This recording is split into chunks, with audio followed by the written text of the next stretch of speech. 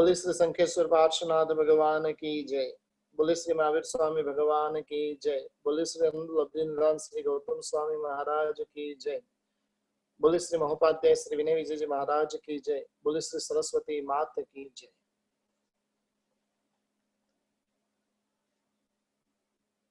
बहुत ही प्यारा सा ग्रंथ शांत सुधारस,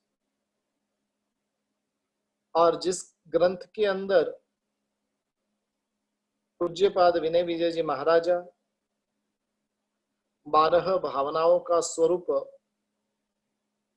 बहुत ही अद्भुत तरीके से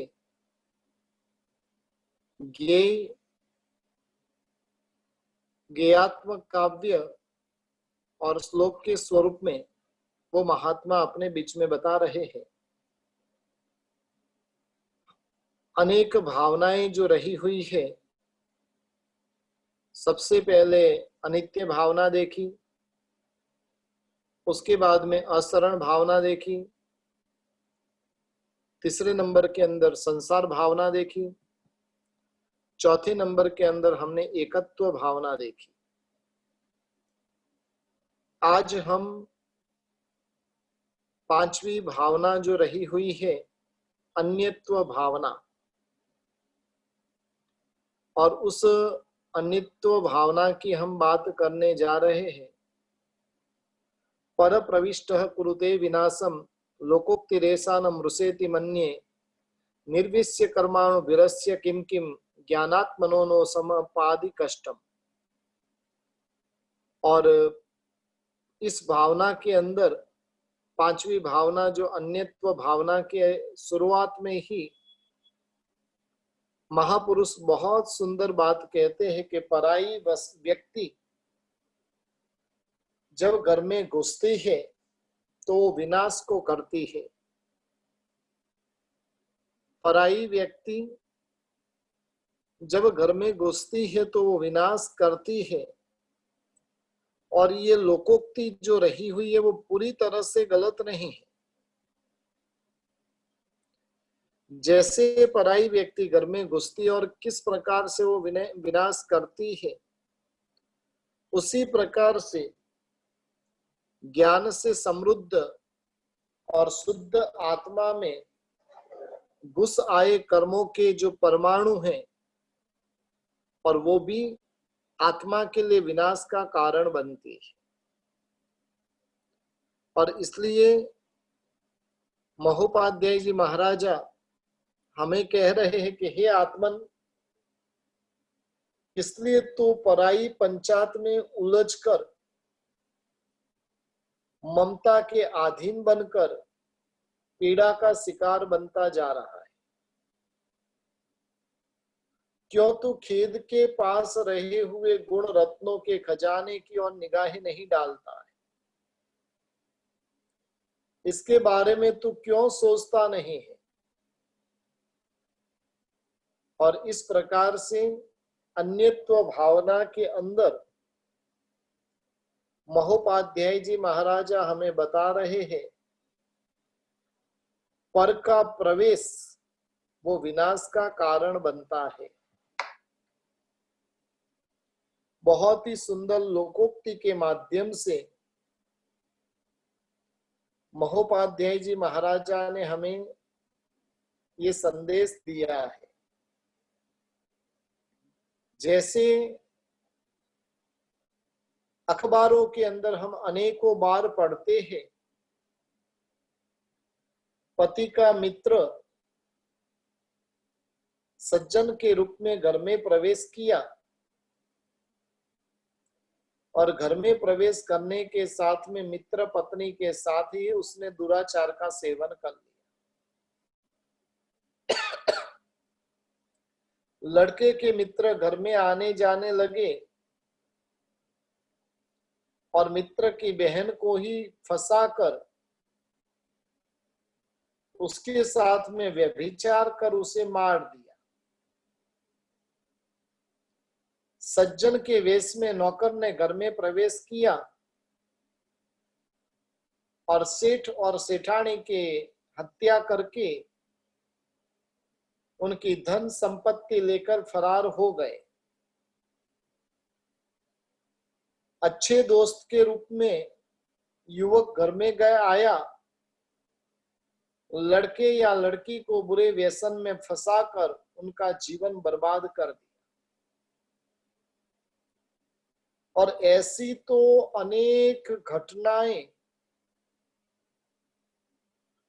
जीवन के अंदर घटित होती है कि अन्य का प्रवेश घर में हुआ और उसने घर को तहस नहस कर दिया। उसने घर की सुख शांति को भंग कर दिया। और वैसा तो जगत के अंदर कई बार देखने को हमें मिलता है। इसलिए एक लोकोक्ति जो रही हुई है कि भाई पर पुरुष यदि पर व्यक्ति यदि घर में घुसती है तो वो घर का विनाश करती है। और इसी लोकोक्ति को लेकर महोपाध्याय जी महाराजा हमें कह रहे हैं कि भी आत्मा के भीतर में भी कर्मों का प्रवेश हो रहा है। घर में कोई व्यक्ति का प्रवेश और वो व्यक्ति अनर्थों का सर्जक बन जाता है। आत्मा में कर्मों का प्रवेश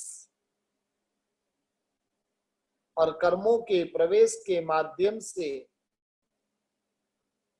जीव स्वयं का अस्तित्व ही भूल जाता है। क्षीर और नीर की तरह आत्मा के भीतर में कर्म ऐसे मिले हुए हैं। पानी और दूध का भेद करना जैसे असंभव सी बात हमारे लिए है, उसी प्रकार से आत्मा और कर्म दोनों जैसे एक ही स्वरूप में रहे हुए न हो, इस प्रकार से हमें प्रतिभासित होता है। आत्मा में जो कर्मों का प्रवेश हो रहा है वो पर द्रव्य का पर तत्व का प्रवेश है। और जब जब आत्मा के भीतर में ऐसे कर्म रहेंगे तब तक जन्म और मृत्यु के दुख जीव के साथ में रहेंगे। जैसे पर पुरुष ने प्रवेश किया और उसने पत्नी के साथ व्यभिचार किया, बहन के साथ दुष्कर्म किया, परिवार में खराबी लाने का काम किया, उसी प्रकार से कर्म ने आत्मा के भीतर में प्रवेश किया और प्रवेश करने के साथ में कर्म ने भी क्या किया तो कि जन्म और मरण का दुख देने का काम किया। व्यभिचार तो एक ही जीवन को बर्बाद करता है, लेकिन जन्म मरण की परंपरा तो कितने कितने भवों तक चलेगी जिसका कोई भरोसा नहीं है। और इसलिए कर्म का प्रवेश, पर का प्रवेश, पर का अंतर आत्मा में प्रवेश होने के कारण आत्मा को जन्म मरण के दुख, आदि व्याधि और उपाधि जन्य दुख, शोक और संताप के दुख अनादि काल से आत्मा ने सहे है, सह रहे हैं। और उसकी जड़ यदि कोई है तो वो कर्म रहे हुए। हमारी आत्मा का भी जो विनाश हुआ है वो विनाश कर्मों के कारण है। पुद्गल का आत्मा के भीतर में प्रवेश होना और प्रवेश होने के साथ में उस पुद्गल ने क्या किया, आत्मा के भीतर में अनेक प्रकार के दुखों की श्रृंखला का सर्जन कर दिया। अन्यत्व भावना के अंदर हमें चिंतन करना है, आत्मा और कर्म दोनों भिन्न है, आत्मा और पुद्गल दोनों भिन्न है। मैं अलग द्रव्य हूं और पुद्गल वो अलग द्रव्य है। और इस प्रकार से भेद ज्ञान हमें प्राप्त करना है। मैं कर्मों से सर्वथा भिन्न हूं, कर्म मुझसे न्यारे है, अलग है। और इस प्रकार से भेद ज्ञान को प्राप्त करना है। कर्मों के गुण धर्म अलग रहे हुए हैं और आत्मा के गुण धर्म वो अलग रहे हुए, और इन दोनों के गुण धर्म को जानकर आत्मविज्ञान को पाने का प्रयास करना चाहिए। जो आत्मा के विज्ञान को प्राप्त करता है, आत्मज्ञानी जो बना हुआ रहता है, और आत्मज्ञानी जो बनता है, उसे ऐसा भेद ज्ञान प्राप्त होता है। हम पुद्गल से भिन्न हैं वैसा एहसास होता है।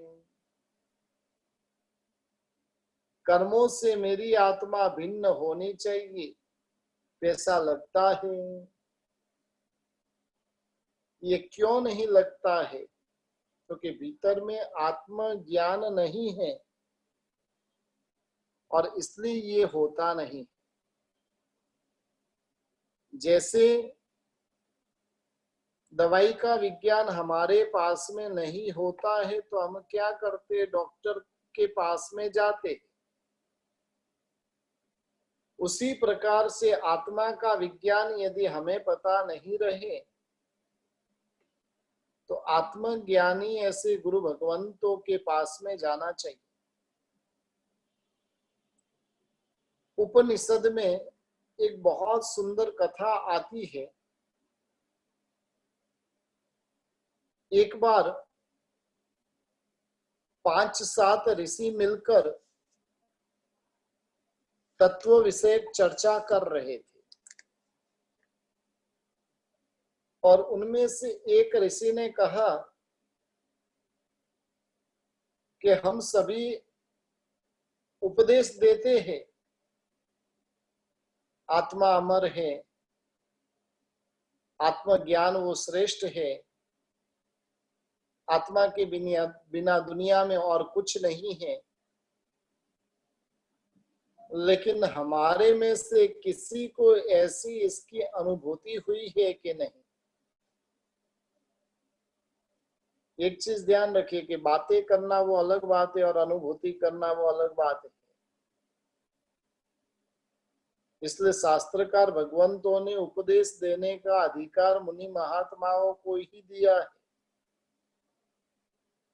प्रतिक्रमण करते हैं ना, कई लोगों का प्रश्न होता है, सच्चाई गुरु भगवंत ही बोले, हम क्यों नहीं बोल सकते हैं? आपके भीतर में भी ये प्रश्न कई बार जगा होगा। स्तवन तो हम बोलते हैं, लेकिन सच्चाई हम क्यों नहीं बोलते? स्तवन के अंदर प्रभु के गुण गाना है, जबकि सच्चाई के माध्यम से उपदेश देना होता है। और वो उपदेश देने के अधिकारी यदि कोई है तो ज्ञानी भगवंत ही रहे हुए हैं। ज्ञानी भगवंत के अतिरिक्त और कोई भी उपदेश देने के अधिकारी नहीं। ये सभी संत मिलकर चिंतन कर रहे हैं एक दूसरे को पूछ रहे, क्या हमारे में से कोई ऐसा आत्मज्ञानी है जिसने ये सारी बातों का अनुभव किया है और जिसने अनुभव कर लिया होता है उसका जो आनंद होता है वो पराकाष्ठा का होता है। तब वो 5-7 में से सबने कहा, नहीं भाई, हमारे पास में ऐसा अनुभव नहीं है। तो फिर क्या किया जाए? और सबने मिलकर एक निर्णय किया कि जिसके पास में ऐसा ज्ञान रहे, ऐसे जो आत्मज्ञानी रहे, जिनके पास में आत्मिक अनुभूति रही हुई है, और उनके पास में जाकर हमें उस विषय में मार्गदर्शन लेना चाहिए।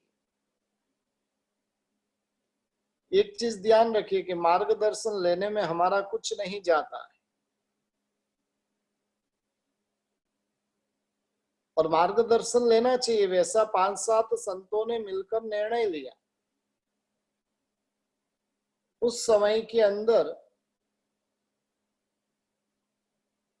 एक बहुत ही बड़े ऋषि थे जिनका नाम था उद्दालक। और उद्दालक ऋषि की प्रसिद्धि आत्मज्ञानी के स्वरूप में रही हुई थी। और इन्होंने मिलकर निर्णय लिया कि हम सब मिलकर उद्दालक मुनि के पास में जाते हैं। सबने उद्दालक मुनि के पास में जाने का निश्चय किया। वहां पर जाने लगे, वहां पर पहुंच भी गए, और उद्दालक मुनि ने उनको आते हुए देखकर जान लिया कि ये ऋषि जो है वो मेरे पास में क्यों आ रहे, क्योंकि आत्मज्ञानी थे ना। सच्चा नाड़ी वैद्य होता है ना, उनके पास में जाते हो तो आपको कुछ बोलने की जरूरत नहीं रहती है। वो आपकी नाड़ी को पकड़ेगा और पूरा का पूरा वो बोलना शुरू कर देगा। आजकल के डॉक्टरों को एबीसीडी भी पता नहीं होती, और इसलिए हमें सब उनको बोलना पड़ता है। मुझे बुखार आ रहा है तो वो क्या करेगा, टेबलेट लिख कर दे देगा। जबकि नाड़ी वैद्य जो होता है ना, वो तो नाड़ी को पकड़ता है और उसे सब पता चल जाता है। आत्मज्ञानी होते उन्हें कुछ कहने की जरूरत नहीं होती। उनके पास में जाकर आप खड़े हो और आपके मन की बातों को वो जान लेंगे, आपको बताएंगे। कई बार है ना, कई भविष्य वेता होते, कोई कई मंत्र तंत्र वाले होते, कई आपके भविष्य को बताने वाले होते। मेरे पास में यदि कोई ऐसा व्यक्ति आए तो मैं उसको एक प्रश्न करता हूं, भाई तू मेरा भूतकाल बता दे। भविष्य तो मुझे पता नहीं है क्या होना है, लेकिन तू मेरा भूतकाल बता दे, और यदि तूने भूतकाल सही सही बता दिया तो मैं तेरे में विश्वास कर सकता हूं। हालांकि उसमें भी बहुत सारे ऐसे भी होते हैं कि आपका भूतकाल पहले से ही वो किसी से प्राप्त कर लेवे और फिर आपसे बात करने लग जाए। वास्तव में जो ज्ञानी होते हैं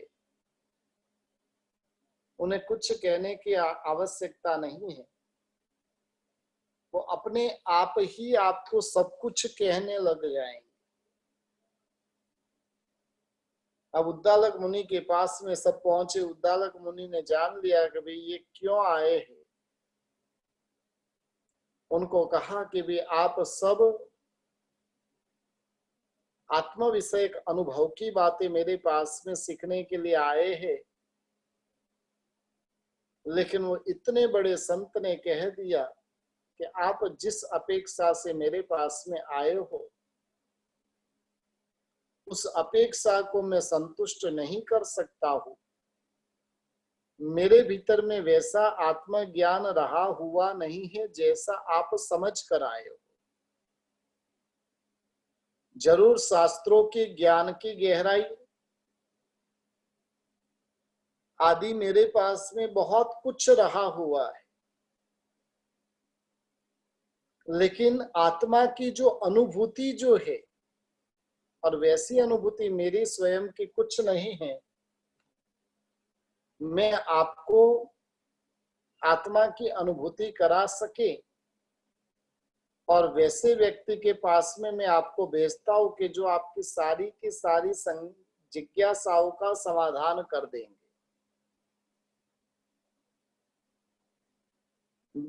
और आखिर में उद्दालक राजा ने उनको समझाकर आत्मज्ञान की प्राप्ति कराकर उन्हें कहा कि अब तुम्हें आत्मा का जो अनुभव करना है, और वो अनुभव पाने के लिए मैं आपको संतोष हो वैसे जो राजा है अश्वपति राजा, और अश्वपति राजा तुम्हें आत्मा अनुभव क्या होता है वो बात बताए। आप लोग वहां पर जाइए। ऋषियों को भी आश्चर्य हुआ। वन में रहते निरंतर आत्मचिंतन करने वाले ऋषि स्वयं आत्मानुभव के विषय में नहीं समझाते हुए एक संसारी राजा के पास में हमें जाने का कह रहे हैं। परंतु उद्दालक ऋषि के प्रति उनको श्रद्धा थी, वो जो कहेंगे वो यथार्थ ही होगा, वैसा मानकर वो सारे के सारे ऋषि राजा अश्वपति के पास में गए। राजा अश्वपति ने ऋषियों की भावपूर्वक पूजा की, उनको मान दिया, उनके सामने धन का ढेर कर दिया और कहा कि आपको जो यज्ञादि करना हो आप इस धन से कर सकेंगे। परंतु ऋषियों ने धन के सामने देखा भी नहीं। राजा ने सोचा अधर्मी का धन ऋषि मुनि नहीं लेते हैं, इसलिए ऋषियों के मन का समाधान करने की दृष्टि से उसने कहा कि भगवान ये न्याय उपार्जित धन रहा हुआ है, प्रजा जो उचित टैक्स देती है और ये उसी कर का ये धन है, और ये उचित रूप से प्रजा का पालन करता हूं, प्रजा प्रेम से देती है, इसलिए आप ग्रहण कीजिए। तब ऋषियों ने कहा कि राजन हमें धन का प्रयोजन नहीं है, हमें तो मालूम हुआ है कि आप आत्मज्ञानी हो, हमें आत्मानुभव विषय में जानना है और इस हेतु से हम आपके पास में आए हैं। ऋषियों ने अपने आगमन का सच्चा जो प्रयोजन था वो बता दिया, परंतु जिनसे ज्ञान प्राप्त करना है उनका उचित विनय विवेक वे नहीं कर पाए, क्योंकि उनके मन में तो क्या था, अभिमान था ना कि हम तो संसार त्यागी, वो तो राजा तो संसारी है। हम भी कई बार ज्ञान पाने के लिए जाते हैं ना, उस समय के अंदर ऐसे अभिमान के साथ में जाते, और जब अभिमान के साथ में जाते हैं तो वास्तव में ज्ञान की प्राप्ति होती नहीं। श्रेणिक महाराजा की भी बात आती है, उस चोर के पास में 2 लब्धि थी, उस लब्धि को पाने का प्रयास उसने राज सिंहासन पर बैठे बैठे किया। किसी भी प्रकार की लब्धि को वो पा नहीं पाया, और जैसे ही विनय पूर्वक पाने का प्रयास किया तो उन्होंने वो लब्धि की प्राप्ति कर दी। बस उसी प्रकार से ये ऋषि मुनियों के भीतर में भी ये बात रही हुई थी, इस बात का अहंकार था, हम तो त्यागी है, ये तो संसारी है। तब राजा ने कहा कि हे ऋषिवर, इस संबंध में मैं कल के दिन आपको हाँ या तो ना में जवाब दूंगा। मैं आपको आत्मानुभव विषय में समझा पाऊंगा कि नहीं, समझाना है कि नहीं, और उसका प्रत्युत्तर मैं कल आपको दूंगा। वैसे तो सारे के सारे ऋषि जो थे वो ज्ञानी ही थे। राजा का प्रत्युत्तर सुनकर उन्होंने सोचा कि राजा ने आत्मज्ञान देने में तत्परता क्यों नहीं बताई, क्यों उन्होंने हाँ या तो ना की बात कही। और तब वो सोचते कहीं हमारे में योग्यता में तो कोई कमी नहीं है, क्योंकि सन्यासी थे, आत्मज्ञानी तो थे, आत्म अनुभव नहीं था। इसलिए उनको समझ में आ गया हम सन्यासी और राजा संसारी, यानी हम ऊंचे वो नीचा, और ऐसा जो अभिमान है वो आत्मज्ञान को पाने की अयोग्यता सिद्ध करता है। दूसरे दिन वे अपना अभिमान का त्याग कर, अपनी महत्ता का ख्याल छोड़कर राजा अश्वपति के पास में गए। राजा ने ऋषियों को आत्मज्ञान दिया, आत्मानुभूति करने का मार्गदर्शन दिया, और इस प्रकार से उन्हें भेद ज्ञान प्राप्त हुआ। हमें भी इस प्रकार का आत्मानुभव करना होगा। आत्मा की खराबी वो पुद्गलों के कारण है, आत्मा का परिभ्रमण वो इन कर्मों के कारण है, और इसलिए मुझे इन कारणों को दूर करना होगा।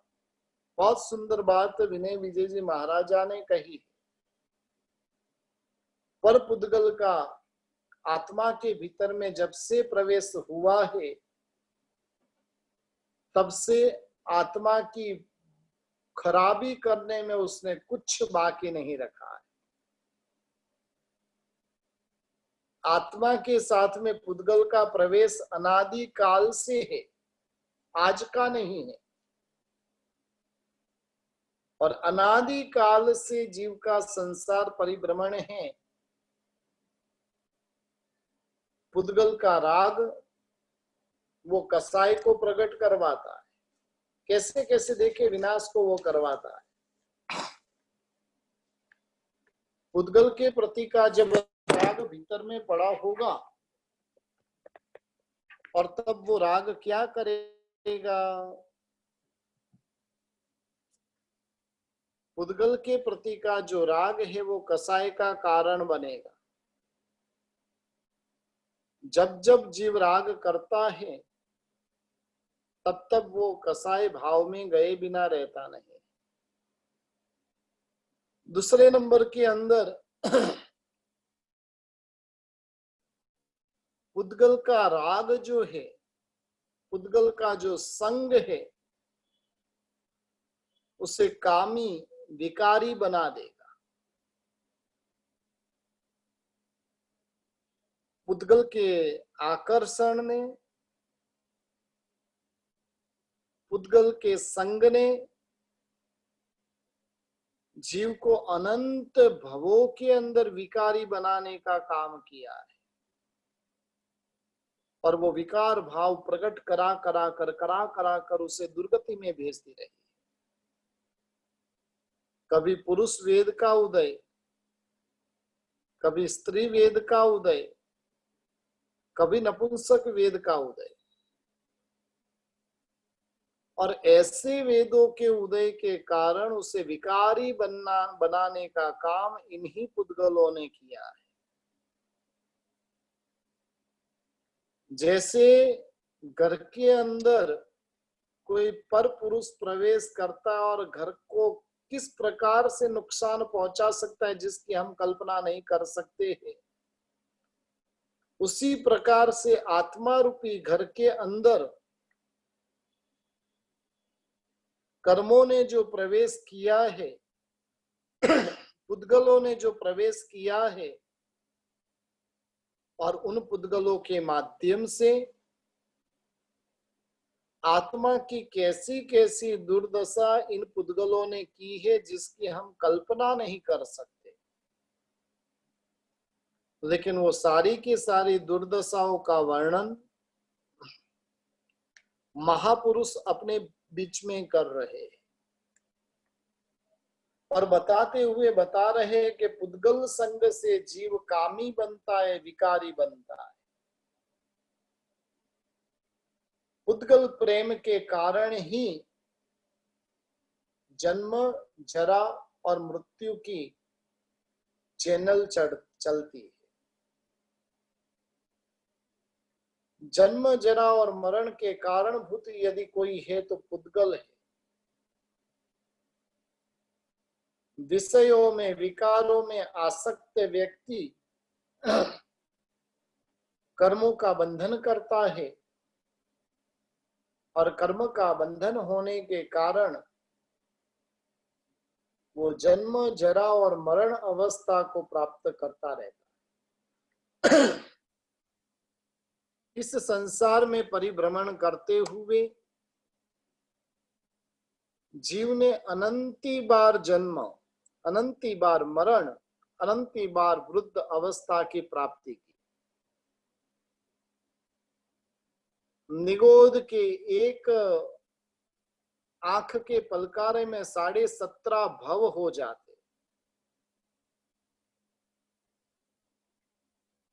एगा कोड़ी 67 लखा 77 सहस्राय दोये सया 16 आवलिया इग मुहूर्तम।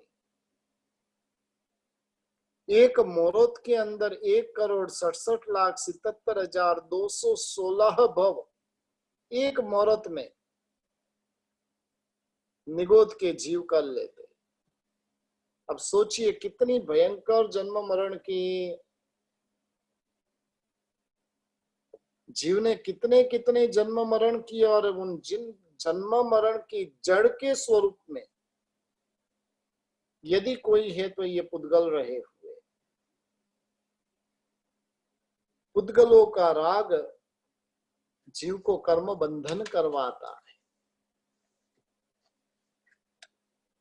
एक एक पुद्गल के प्रति की आसक्ति जीव में प्रकट होती जाती है और होने के कारण जीव कर्मों का बंधन करता है। भोजन किया, भोजन अच्छा बना है, स्वादिष्ट बना है, आसक्त हुआ, कर्मों का बंधन हो गया। ऐसे तो अनेक प्रकार की घटनाएं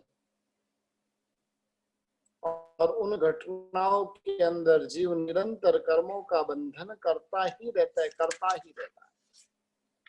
और कर्म का बंध होने के कारण संसार का सर्जन है। पुद्गल प्रेम के कारण ही त्रिविध योग की प्राप्ति होती है। मन, वचन और काया, ये तीनों 3 प्रकार के योग जो है वो पुद्गल की देन है। और पुद्गल की देन होने के कारण ये हमें आत्म कल्याण में सहायक तो कम बनते हैं, लेकिन कर्म बंधन में हमें विशेष सहायक बनते हैं। बहुत ही कम लोग ऐसे हैं जिनके मन, वचन, काया के योग कर्म निर्जरा के कारण बनते हो। बाकी तो सारे के सारे जीवों के ये मन, वचन, काया के योग वो संसार परिभ्रमण के कारणभूत बन जाते। पुद्गल का प्रेम होने के कारण ही संसार में रूप और कुरूप की प्राप्ति होती है। कर्म है, कर्म क्या करता है तो कभी नाम कर्म के कारण जिसका शुभ नाम कर्म है तो उसे रूप मिल जाएगा, अशुभ नाम कर्म का उदय है तो उसे कुरूप मिल जाएगा। और ये रूप और कुरूप देने का काम भी पुद्गल प्रेम से ही होता है। पुद्गल प्रेम के कारण गरीबी और श्रीमंताई वो भी जो रही हुई है वो पुद्गल प्रेम के कारण है। कोई व्यक्ति यहाँ पर अमीर बनता है, कोई व्यक्ति गरीब बनता है। क्यों अमीर और गरीब क्यों बना? धन संपत्ति जिसके पास में है वो भी पुद्गल है, और नहीं है तो उसके साथ में भी कर्म के अशुभ पुद्गल पड़े हुए हैं, और जिसके कारण ये धन संपत्ति उसे प्राप्त नहीं हो रही। यानी गरीब बनना वो भी पुद्गल के कारण, पुद्गल ने आत्मा के भीतर में प्रवेश किया इसलिए। अमीर बना तो भी पुद्गल के कारण। पुद्गल प्रेम के कारण जीव के संसार का परिभ्रमण है। अनंत अनंत पुद्गल परावर्त काल तक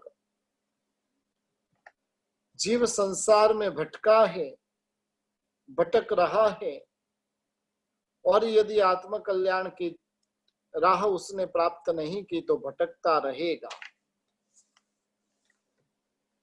और इस प्रकार से संसार परिभ्रमण से छुटकारा पाना है तो उस जीव को पुद्गल के प्रति की जो आसक्ति भीतर में पड़ी हुई है उसका त्याग करना पड़ेगा। संसार के जितने भी नाटक है वो सारे के सारे नाटक भी पुद्गल प्रेम के कारण है। सारे के सारे संबंध वो पुद्गल के प्रेम, और इसलिए ही महोपाध्याय जी महाराजा कह रहे हैं कि आत्मा के घर के अंदर जब से पुद्गलों ने प्रवेश किया है तब से उन्होंने आत्मा का अहित करने में कोई कमी रखी नहीं है। और ऐसे सुंदर दृष्टांत के माध्यम से महोपाध्याय जी महाराजा ने आत्मा के घर में प्रवेश किए हुए पुद्गल के अनर्थों को बताने का काम किया है। ये पुद्गल वो आत्मा का स्वभाव नहीं है, लेकिन आत्मा से परे रहे हुए अन्य के स्वरूप में है। ये सब कुछ भी मेरा नहीं है, अन्य के स्वरूप में जो है और अन्य के स्वरूप में जो रहे हुए उनका मुझे त्याग करना है। अब पुद्गलों को देखना बंद करे और आत्मिक गुणों को देखना शुरू करे। अब तक हमने जितनी भी चर्चा की है वो सब पुद्गलों की है। अनंत काल के भूतकाल में जीव ने जो भी चर्चा की ना वो पुद्गल की। राज कथा, भक्त कथा, देश कथा, स्त्री कथा, सब पुद्गल के संबंध में। आत्म संबंध में कोई चिंतन मनन नहीं करने के कारण जीव का संसार का परिभ्रमण यथावत चल रहा है। और ऐसे संसार से यदि छुटकारा पाना है तो महोपाध्याय जी महाराजा कह रहे हैं कि आत्म गुण जो है और आत्म गुण रूपी खजाने को हमें निरंतर देखते रहना चाहिए। वास्तव में मेरा कोई है तो वो आत्मा के गुण रूपी खजाना है। और उसके अतिरिक्त जो कुछ भी रहा हुआ है वो सब कुछ पराया रहा हुआ है। इसलिए पर भाव में से हमारी आत्मा स्वभाव में रमणता करने वाली बने। इन्हीं मंगलमय भावना के साथ में आज हम यहाँ पर ही रुकते हैं।